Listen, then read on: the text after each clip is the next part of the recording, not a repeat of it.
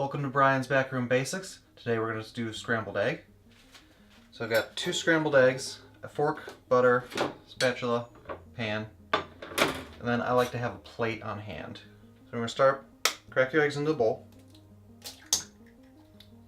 but don't drop the shell. Okay, we're going to break the yolks up. What you want to do is try and get as much air as you can whipped into these eggs. Put it at a slight tilt like this, and I shift it around with the fork. And what that does is that's going to get a lot of air into the eggs. It'll make them a lot creamier. At this point, you could also add a splash of milk. I don't like to do that. I think it ends up leaving the eggs kind of watery at the end, but it will leave them a little creamier, so it's just kind of up to you to decide. I think that eggs come out better if you just do them as eggs. Got our eggs scrambled. Turn on our burner. This is one of the few things I don't preheat the pan. I like to get it going with the eggs. Sometimes I notice when the pan's preheated, the eggs end up cooking too fast.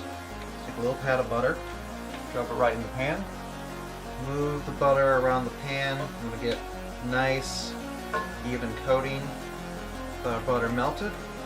Drop in our eggs. Have our eggs in the pan. You notice as I scrape, we had some egg already forming. So that bottom layer is going to be constantly cooking.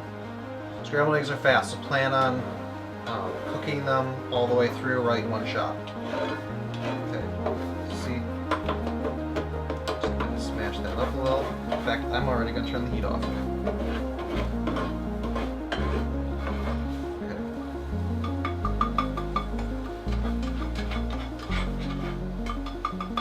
Want the eggs to still be slightly on the runny side, otherwise they're going to be overcooked.